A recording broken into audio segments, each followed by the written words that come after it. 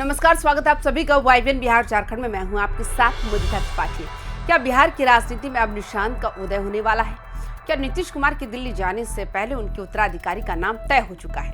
और सबसे बड़ा सवाल, क्या नीतीश कुमार का बेटा सिर्फ डिप्टी सीएम नहीं बल्कि सीधे मुख्यमंत्री की कुर्सी पर बैठने वाला है? आज बिहार की सियासत में कैसी हलचल मची है जिसने पटना से लेकर दिल्ली तक के गलियारों को हिला कर रख दिया। राज्यसभा चुनाव के नतीजों के बाद नीतीश कुमार के सबसे करीबी सिपह सलार और बिहार सरकार के कद्दावर मंत्री अशोक चौधरी ने एक ऐसा बयान दे दिया जिसने अटकलों के बाजार को आग लगा दी। आखिर अशोक चौधरी ने निशांत कुमार को लेकर क्या कहा और क्यों नीतीश कुमार के लिए लिखते लिखते वो अचानक भावुक हो गए? आज के इस विशेष रिपोर्ट में हम आपको इस महासियासी बदलाव की पूरी इनसाइड स्टोरी बताएंगे, तो वीडियो को अंत तक जरूर देखिएगा क्योंकि आज बिहार की राजनीति का अगला अध्याय लिखा जा रहा है। राज्यसभा की 5 सीटों के लिए मतदान हुआ और नतीजा वही रहा जो एनडीए चाहता था। 5 सीटें पर एनडीए की शानदार जीत हुई, लेकिन इस जीत से ज्यादा शोर मचाया अशोक चौधरी के उस बयान ने जो उन्होंने कांग्रेस और आरजेडी के बाकी विधायकों को लेकर दिया। कांग्रेस के 3 और आरजेडी के 1 विधायक वोटिंग से गायब रहे। इस पर चुटकी लेते हुए अशोक चौधरी ने दहाड़ते हुए लिखा कि आने वाले समय में आरजेडी का 1 एमएलसी भी नहीं बनेगा।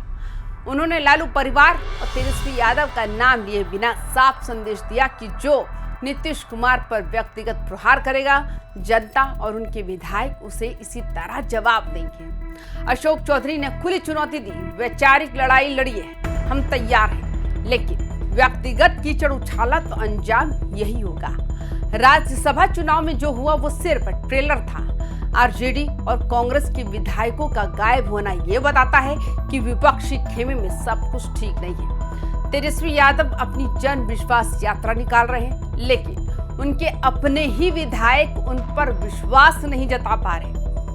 अशोक चौधरी ने साफ साफ कहा है कि नीतीश पर प्रहार करने वालों को उन्हीं के लोग जवाब दे रहे हैं। ये बिहार की राजनीति का वो मोड़ है जहां जेडीयू अब आक्रामक मुद्रा में है। अगर आरजेडी के विधायक इसी तरह टूटते रहे तो आने वाले विधानसभा चुनाव से पहले लालू परिवार के लिए अपना कुनबा बचाना मुश्किल हो जाएगा। क्या ये बागी विधायक भी निशांत कुमार के नेतृत्व को स्वीकार करने के लिए तैयार है?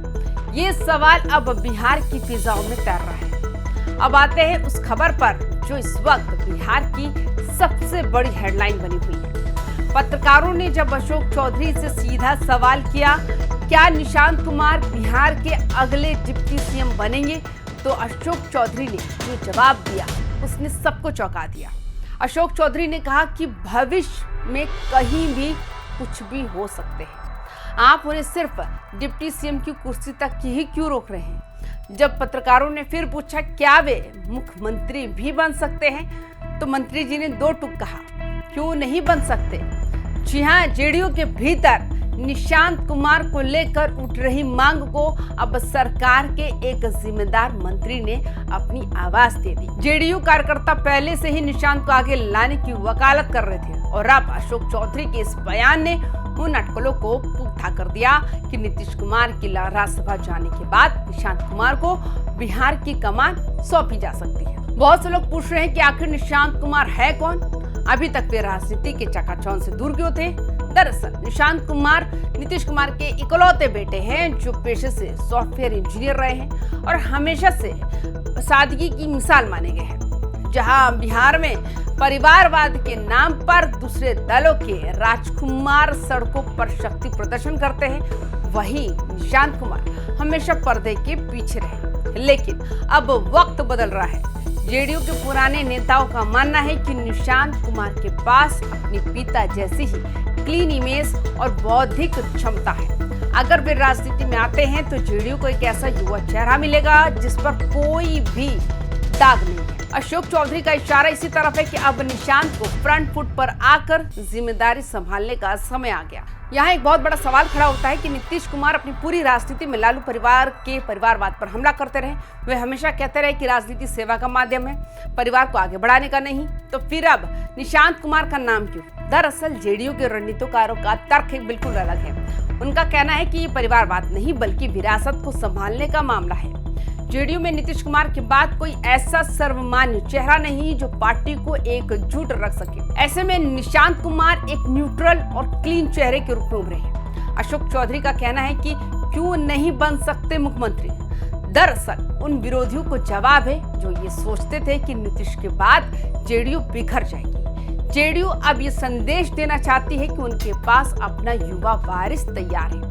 एक तरफ सियासी रणनीतियां बन रही हैं, तो दूसरी तरफ अशोक चौधरी बेहद भावुक नजर आ रहे हैं। उन्होंने अपने एक्स हैंडल पर एक ऐसी पोस्ट लिखी जिसने बिहार के लोगों का दिल ही जीत लिया।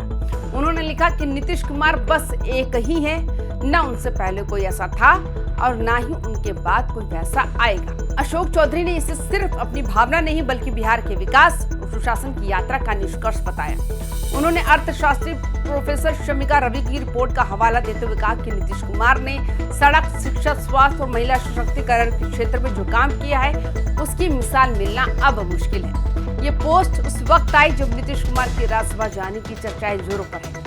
ऐसा लग रहा है कि जैसे अशोक चौधरी अपने नेता को विदाई देने की तैयारी में उनके ऐतिहासिक योगदान को जनता के सामने रख रहे हैं। अशोक चौधरी का वो ट्वीट जिसमें उन्होंने लिखा कि नीतीश कुमार जैसा न था न कोई होगा, इससे राजनीतिक पंडित एक साधारण पोस्ट नहीं मान रहे हैं। सवाल उठ रहा है, क्या अशोक चौधरी को कुछ ऐसा पता है जो अभी तक आम जनता तक नहीं पहुंचा?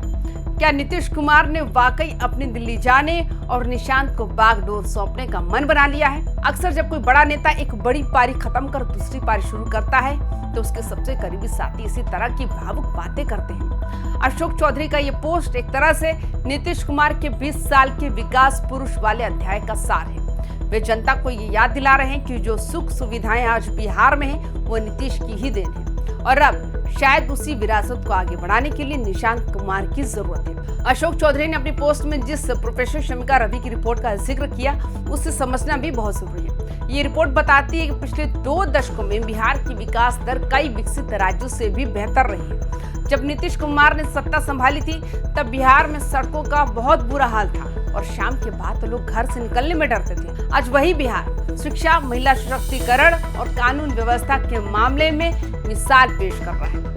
अशोक चौधरी भावुक होकर ये याद दिलाना चाहते हैं कि नीतीश कुमार ने जो पूंजी कमाई है वो सिर्फ सत्ता नहीं बल्कि बिहार की बदली हुई तस्वीर है। वे शायद ये संकेत दे रहे हैं कि इस विरासत को आगे ले जाने वाला शख्स भी उतना ही ईमानदार और विजनरी होना चाहिए।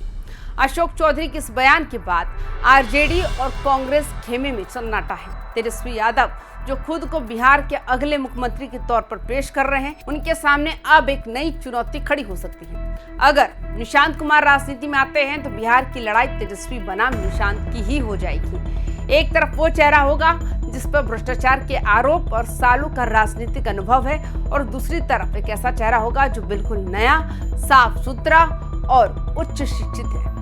क्या बिहार की जनता इस साइलेंट वॉरियर को स्वीकार करेगी? अशोक चौधरी ने इसी सवाल का बीज बो दिया। अब देखना यह है कि तेजस्वी यादव किस नए सियासी मोर्चे का सामना कैसे करते हैं। तो दोस्तों, क्या बिहार अब एक बड़े निरंतर परिवर्तन का गवाह बनने वाला है? क्या निशांत कुमार के रूप में बिहार को नया युवा चेहरा मिलेगा या फिर नीतीश कुमार दिल्ली जाकर भी बिहार की डोर अपने हाथ पे रखेंगे? अशोक चौधरी के इस बयान ने ये तो साफ कर दिया कि जेडीयू के अंदर निशांत कुमार की स्वीकार्यता बढ़ गई है। तो आपको क्या लगता है, क्या निशांत कुमार को बिहार का मुख्यमंत्री बनाना सही फैसला होगा? क्या वे अपने पिता की विरासत को संभाल पाएंगे? अपनी राय कमेंट बॉक्स में जरूर दें। बिहार की राजनीति के हर छोटे बड़े अपडेट के लिए वाइबिन बिहार झारखंड को अभी सब्सक्राइब करें। जय हिंद, जय बिहार।